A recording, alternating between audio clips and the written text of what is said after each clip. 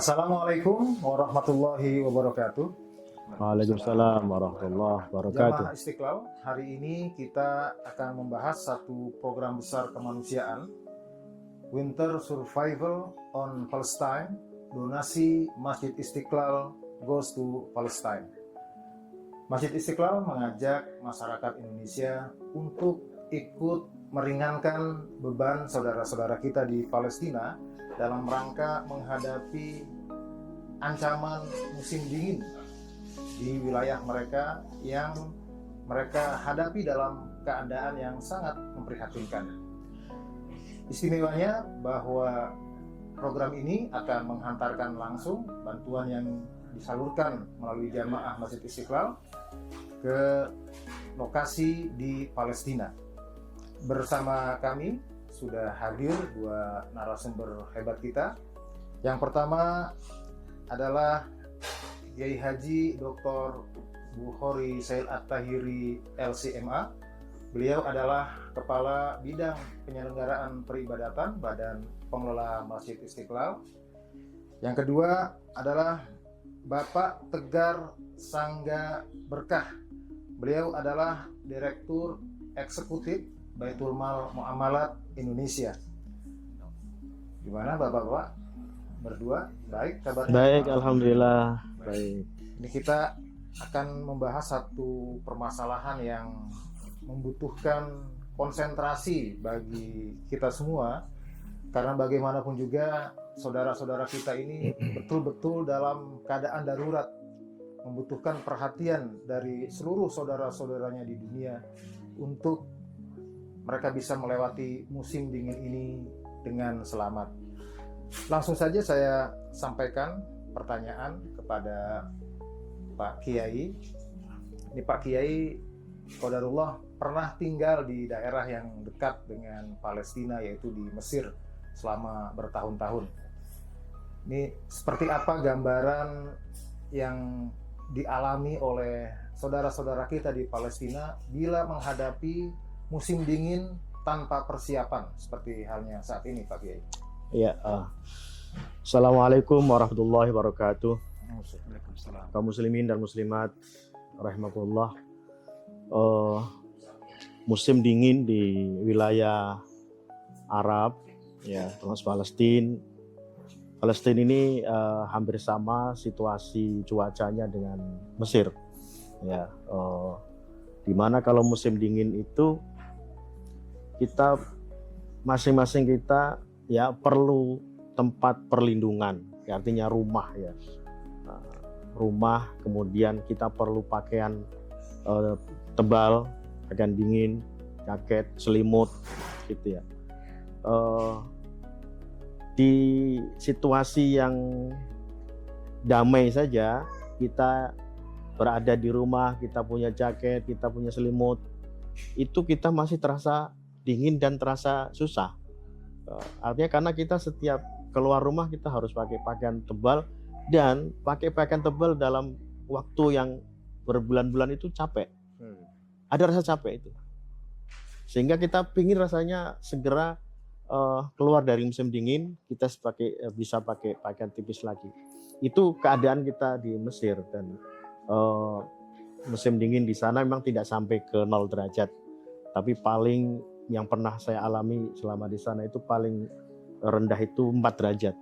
Itu sudah luar biasa itu. Sudah, ya, bayangkan kalau kita bayangin di situasi di Palestina, utamanya di Gaza yang 92% dari bangunan rumah penduduk itu rusak. Jadi tinggal 8% saja. Jadi ya mereka hidup di tenda-tenda atau di tempat-tempat yang bisa melindungi.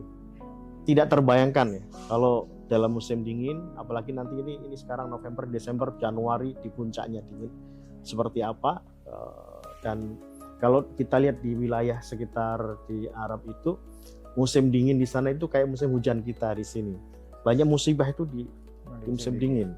Ya, di mana di wilayah sana kalau kebutuhan gas terlambat saja itu orang bisa meninggal. Karena gas itu untuk memanaskan ruangan.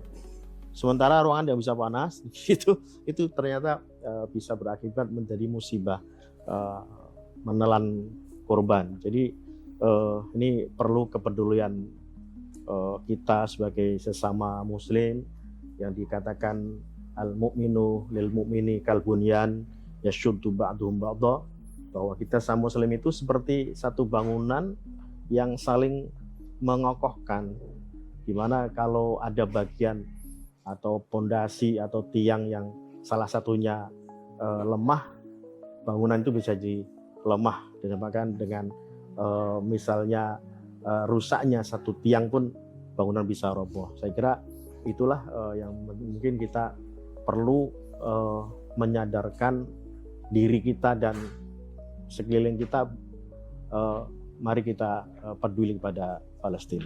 Jadi ternyata agama sangat menganjurkan kepedulian, termasuk menolong saudara-saudara kita ini. Bahkan tadi menurut Pak Kiai merupakan satu bukti kepedulian kita adalah dengan betul-betul memperhatikan kebutuhan mereka, karena kita adalah bagian dari mereka yang apabila kita tidak peduli bisa merobohkan segala hal-hal yang seharusnya mendukung kesempatan mereka untuk hidup lebih lama dan melewati musim dingin ini dengan baik. Ini Pak Direktur, mungkin Pak Direktur yang menginisiasi program ini bersama panitia sudah melihat kebutuhan teman-teman saudara-saudara kita di Palestina untuk menghadapi musim dingin ini. Apa saja yang dipersiapkan untuk ekspedisi ini untuk kita bawa ke Palestina, Pak Direktur? Baik. Assalamualaikum warahmatullahi wabarakatuh. Waalaikumsalam. Kita lihat dari berbagai media dan juga dari informasi yang kita peroleh, ya sebagaimana tadi juga Pak Kiai sampaikan, kondisi saudara-saudara kita di Palestina itu ya dengan hidup ala kadarnya, gitu ya Pak. Apalagi cuma di tenda, terus kemudian ditambah juga dengan musim dingin, hujan, ya. Jadi kami mempersiapkan ya bantuan dalam bentuk makanan hangat, ya, pertama sembako, terus kemudian makanan hangat, hot meal. Kita juga mempersiapkan persiapan untuk winter, ya, seperti selimut, jaket, selimut panas, ya, selimut heat gitu. Terus kemudian juga obat-obatan, ya, terus kebutuhan bayi. Insya Allah nanti kita kelihatan kebutuhan itu yang bisa dibutuhkan. Ini apa alasan tim ekspedisi bermaksud untuk mengantarkannya langsung ke Palestina? Apa ada pengalaman tentang penyaluran selama ini sehingga sepertinya dipandang perlu untuk mengawal langsung ke Palestina? Bagaimana Pak Direktur? Betul Pak.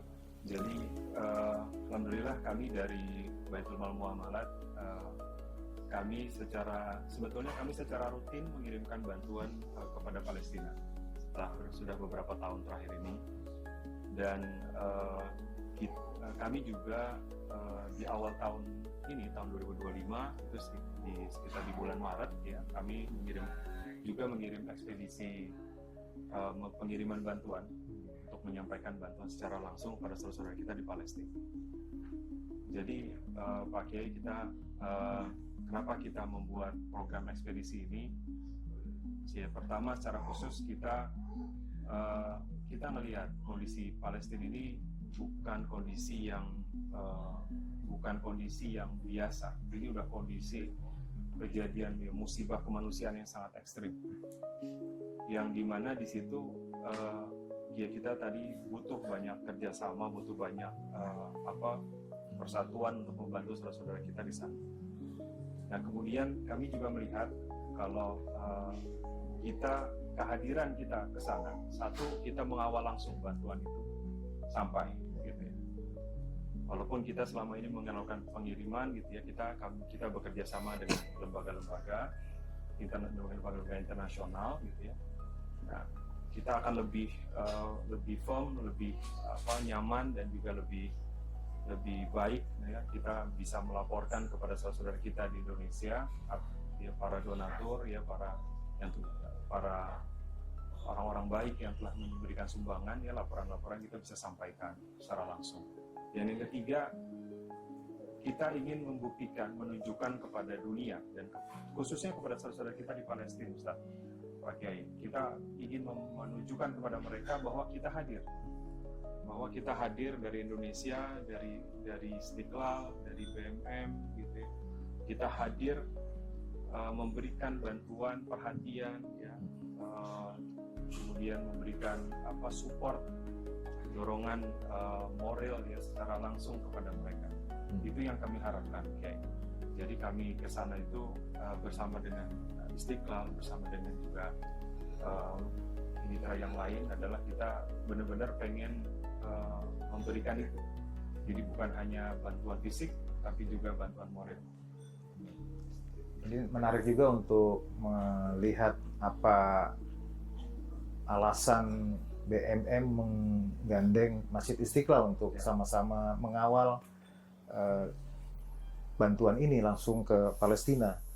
Ada nilai tambah apa pada sisi kemanusiaan kira-kira yang bisa diperoleh dengan program kolaborasi ini?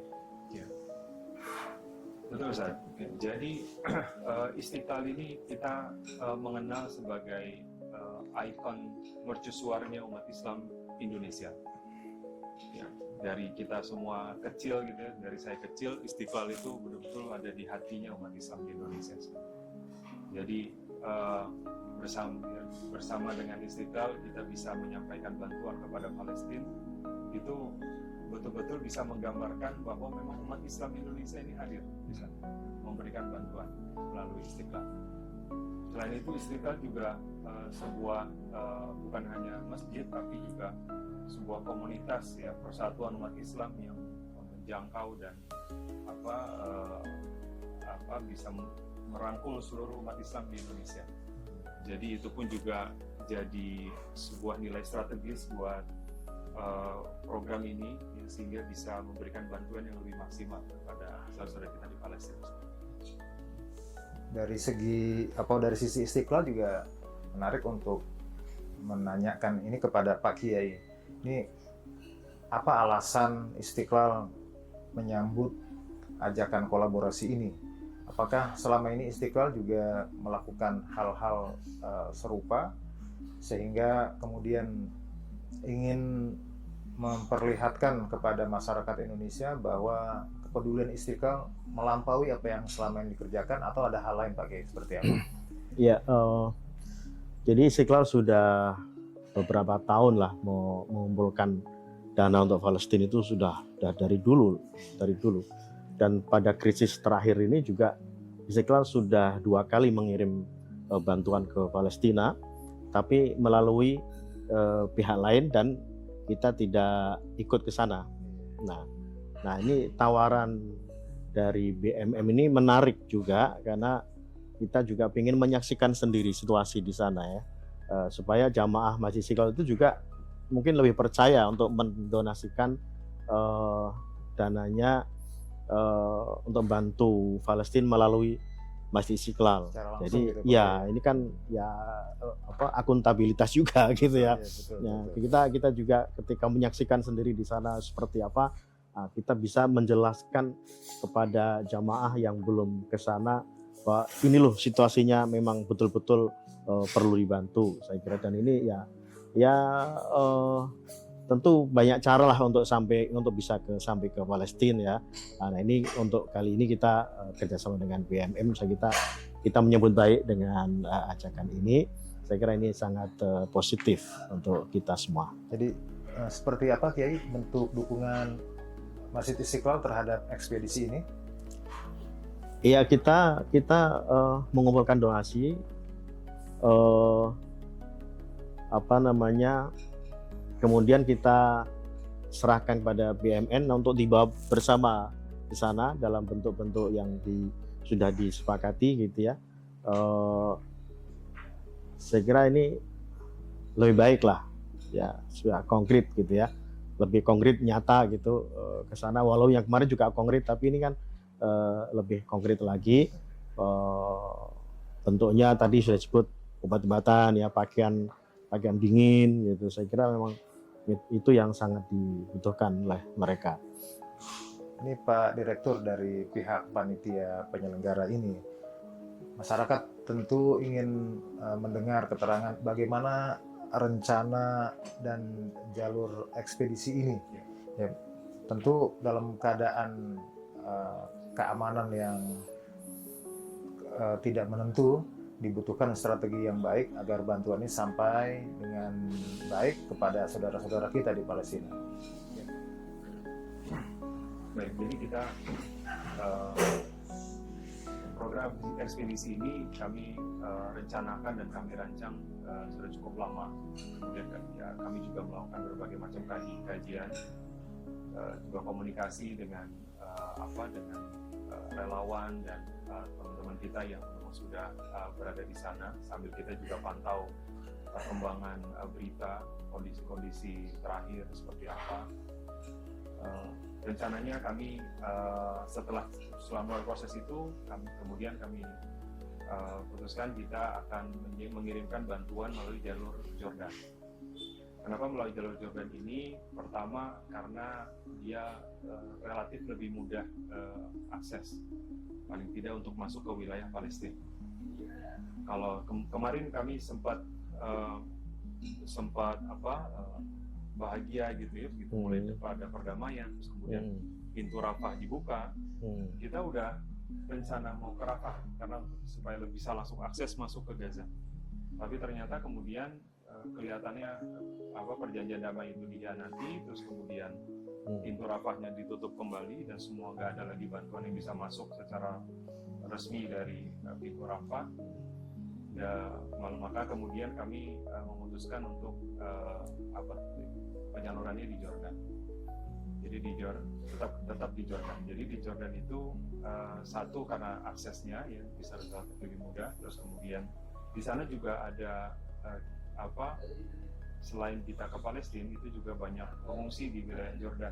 Ya, jadi di Jordan itu menurut data itu ada sekitar 4 juta pengungsi Palestina.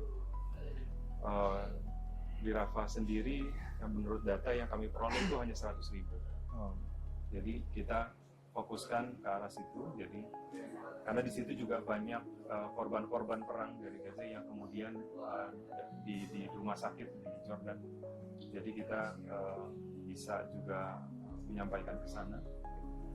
Secara teknis kami nanti akan berangkat bersama dengan dengan Istiqlal. Kita sudah ada koordinasi dengan tim relawan Indonesia yang resmi ada di sana ya. Kemudian kita juga sudah dapat jaringan-jaringan untuk belanja berbagai macam material, kebutuhan-kebutuhan yang nanti mau kita sampaikan di sana. Dan kemudian juga ya termasuk juga nanti kita cari truknya juga di sana untuk pengiriman bantuan masuk ke dalam Palestina. Dan kita juga koordinasi juga, insya Allah nanti kita akan koordinasi dengan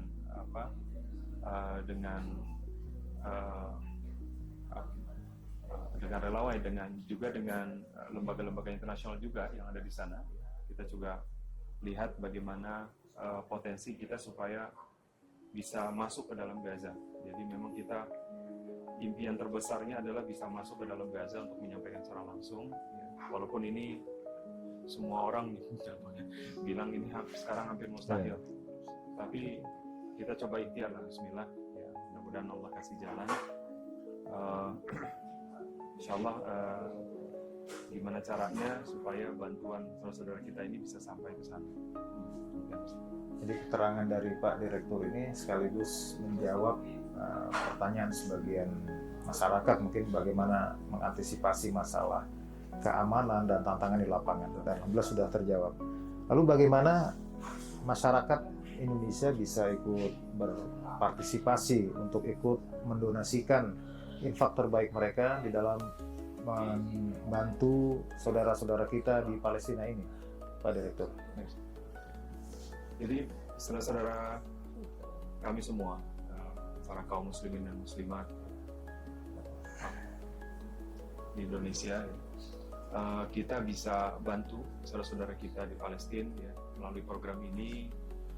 bisa disampaikan melalui donation box ya, kotak-kotak donasi yang ada di Masjid Istiqlal.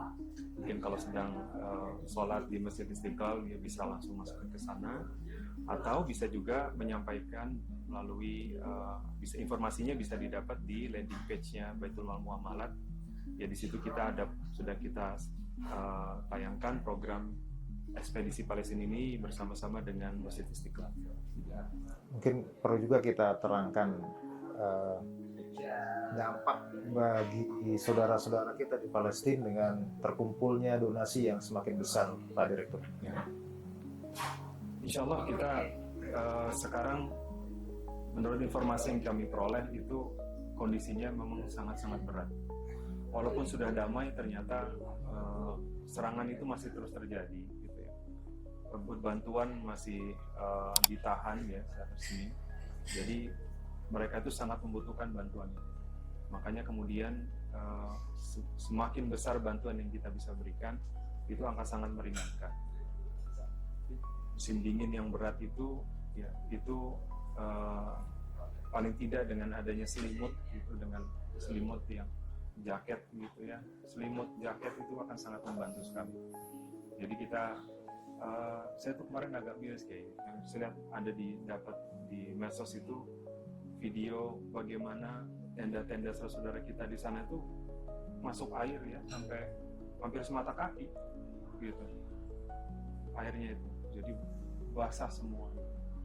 Saya nggak kebayang itu rasanya ya, dinginnya luar biasa, tendanya banjir gitu, terus kemudian nggak ada makanan. Jadi semakin besar, makanya kami berusaha untuk sebanyak-banyaknya kita bisa bawa, kita bisa bantu, sehingga semakin banyak juga saudara kita yang terbantu. Terakhir ini untuk Pak Kiai, apa pesan Pak Kiai untuk jamaah Masjid Istiqlal dan umumnya secara lebih luas masyarakat Indonesia untuk mensukseskan program ekspedisi ini? Ya, kepada segenap jamaah Masjid Istiqlal, kaum muslimin muslimat di manapun berada, mari berdonasi untuk membantu saudara-saudara kita yang di Palestina melalui Masjid Istiqlal. Kita sudah siapkan ada box-box khusus untuk menampung donasi untuk Palestina. Bisa juga melalui rekening-rekening yang ada.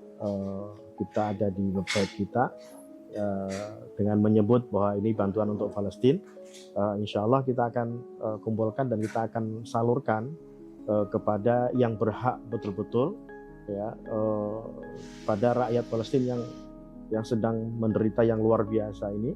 Kita kalau bisa membayangkan, kita akan menangis rasanya membayangkan penderitaan yang luar biasa dari mereka ini, anak-anak, ibu-ibu, remaja semuanya, mereka sedang kelaparan, mereka sedang ketakutan, dan mereka sedang tidak punya rumah, mereka tinggal di tenda, dan tadi sebut tendanya, tinggal tenda pun tendanya kebanjiran, dan lain-lain, mereka kurang makan, kurang minum, dan lain-lain.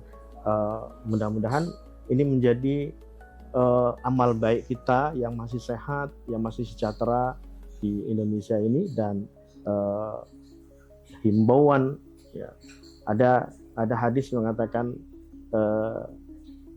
ittaqun nara walau bisyaqi tamratin.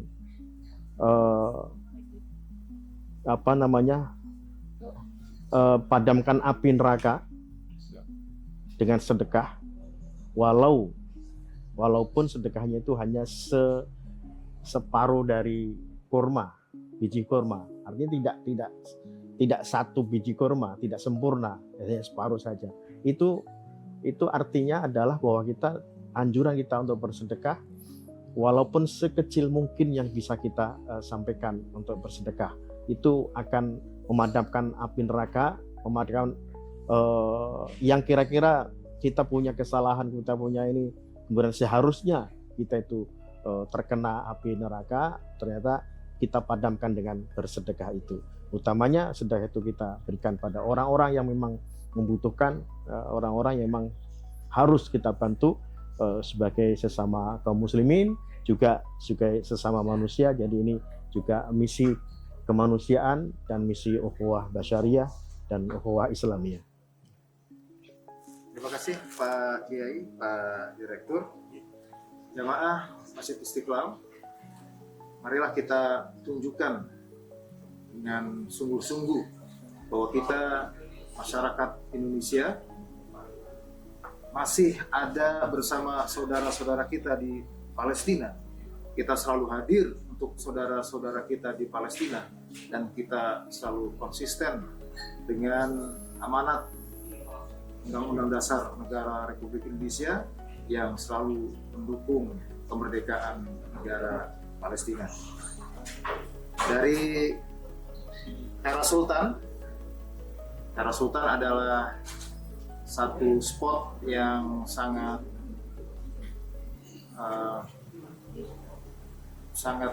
recommended untuk kita semua yang ingin melewati makan siang kita, sarapan kita ataupun makan malam. Tersedia di sini Arabian food. Kalau kata orang Teras Sultan, we serve you like a sultan. Maka kita bisa bayangkan kalau kita hadir di sini, dibukakan pintu kita dan kita akan dilayani sebagaimana layaknya seorang sultan. Terima kasih atas tersedianya fasilitas dari Teras Sultan, dan tak lupa kami mengajak jamaah Masjid Istiqlal dan masyarakat Indonesia untuk terus mengikuti acara-acara dari podcast kami. Selamat menikmati hari-hari indah. Jangan lupa saudara-saudara kita di Palestina membutuhkan uluran tangan kita. Kehadiran kita tidak secara fisik, tetapi dengan doa dan bantuan dengan sedekah-sedekah terbaik kita, sekecil apapun yang kita mampu. Ini saja pertemuan kita pada siang hari ini. Sampai jumpa pada episode selanjutnya. Wassalamualaikum warahmatullahi wabarakatuh. Waalaikumsalam warahmatullahi wabarakatuh.